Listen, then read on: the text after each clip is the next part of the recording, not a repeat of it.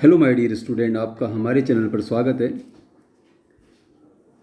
प्यारे बच्चों, आज के इस वीडियो में हम जो हैं the best Christmas present in the world इस पार्ट का जो है नेक्स्ट पैसेज पढ़ने वाले हैं। इससे पहले भी जो है हमने कई वीडियो बनाए हैं इस पार्ट के, जिसमें हमने पहले पैसेज पढ़ा, उसके बाद में फिर उसके क्वेश्चन सॉल्व किए। तो आइए आज हम जो हैं थोड़ा उससे आगे बढ़ते हैं और अब नया वाला पैसेज स्टार्ट करते हैं। तो आज का जो पैसेज स्टार्ट, हम थर्ड वाला जो पार्ट है उसको उसमें से स्टार्ट करेंगे। तो सबसे पहले पैसेज की हिंदी देखेंगे, उसके बाद उससे बनने वाले प्रश्न करेंगे। तो आइए वीडियो को शुरू करते हैं। I folded the letter again. I folded the letter again. मैंने जो पत्र था उसको पुनः उसको समेटा।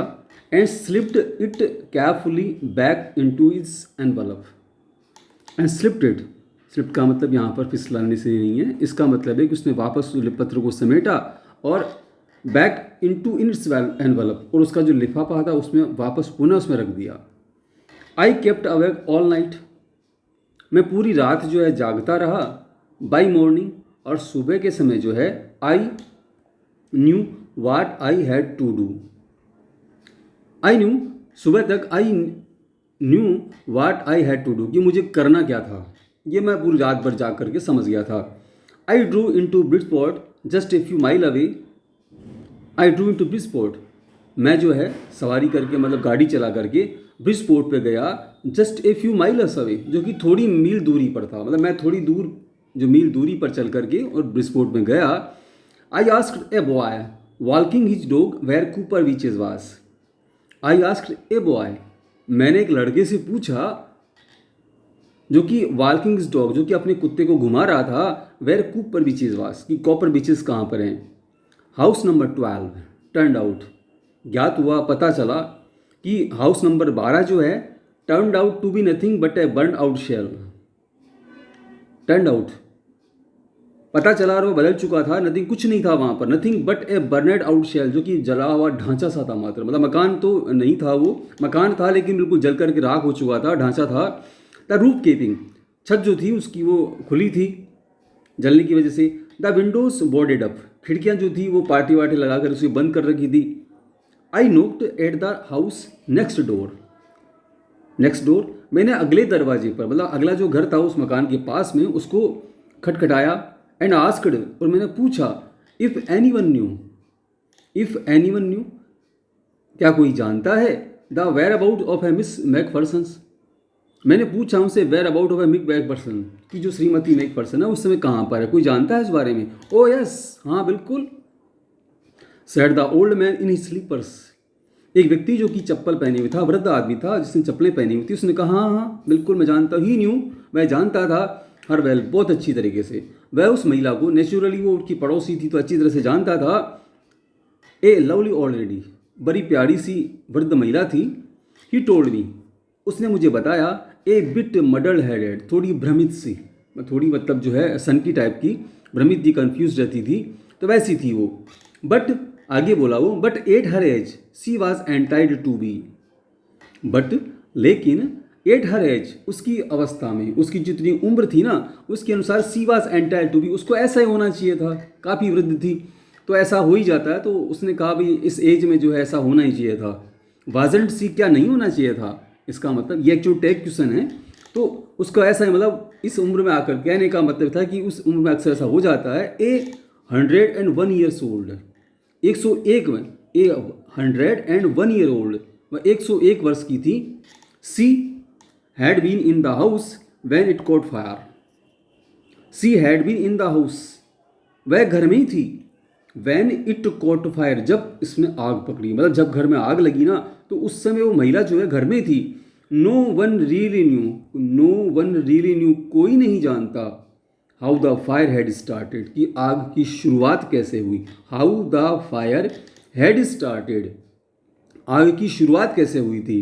But it could well have been candles, but लेकिन it could well have been candles, शायद ये जो है निश्चित रूप से मोमबत्तियों से हुआ होगा, मतलब जो आग की शुरुआत, जो आग लगी होगी उसका कारण जो है मोमबत्तियाँ रही होंगी। सी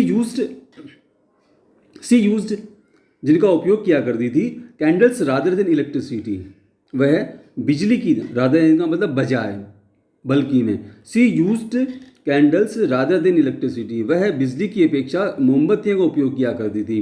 बिकॉज क्योंकि सी ऑलवेज, वह हमेशा जो है थॉट सोचा करती थी, इलेक्ट्रिसिटी वॉज टू एक्सपेंसिव, वह जो मिसेस मैकफर्सन थी, जो महिला थी, वो सोचा करती थी कि बिजली जो है ना वो मोमबत्तियों से ज़्यादा महंगी पड़ती है, इसलिए वो हमेशा ही जो है मोमबत्तियाँ जलाया करती थी।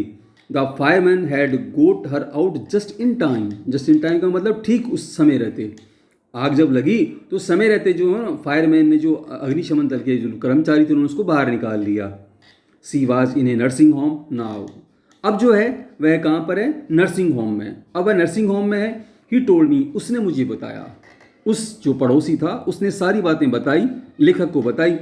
Burlington house on the Dorchester road on the other side of the town, कस्बे की दूसरी तरफ जो है डॉर्चेस्टर रोड पर जो बर्लिंगटन हाउस था, वहाँ पर इस समय वो है, मिसेस मैकफर्सन है। ये बात उस लेखक को उस वृद्ध आदमी ने बताई। प्यारे बच्चों, हमने इसका हिंदी अर्थ किया। अब इस पैसेज से जितने क्वेश्चन बनने वाले हैं हम उनको करेंगे।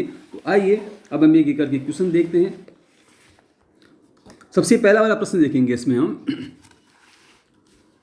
इसमें जो पहला प्रश्न बन रहा है वो है, what did the author do after reading the letter.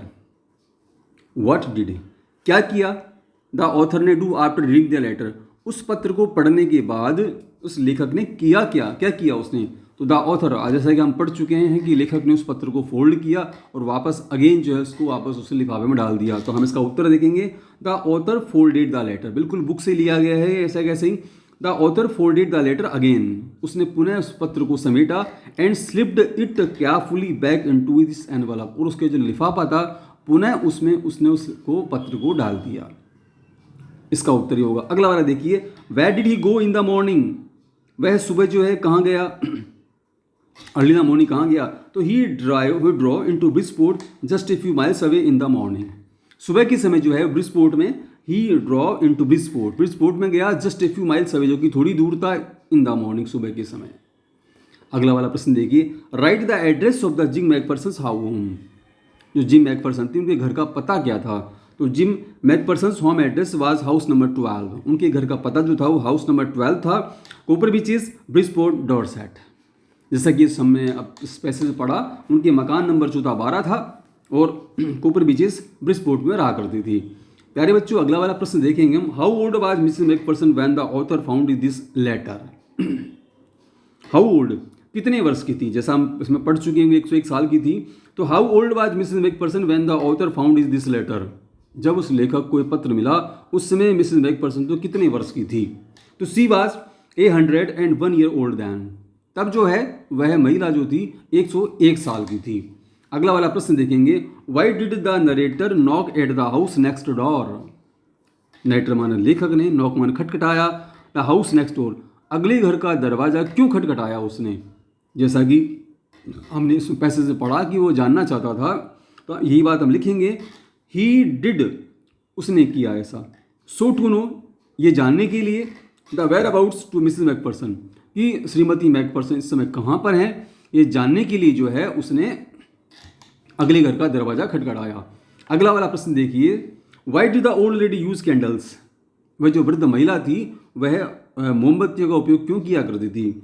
Because, Y का प्रश्न है तो इसका उत्तर जो है बिकॉज से दिया जाता है। तो सी ऑलवेज थॉट, वह हमेशा ही सोचा करती थी, दैट की इलेक्ट्रिसिटी वाज ऑलवेज एक्सपेंसिव, वह महिला हमेशा सोचा करती थी कि जो बिजली होती हैं वो बहुत ही खर्चीली होती हैं, मोमबत्तियाँ सस्ती पड़ती है, इसलिए हमेशा ही जो है वह मोमबत्तियों का उपयोग किया करती थी, जैसा कि उस वृद्ध आदमी ने हमको बताया था, हमने पैसेज में पढ़ा।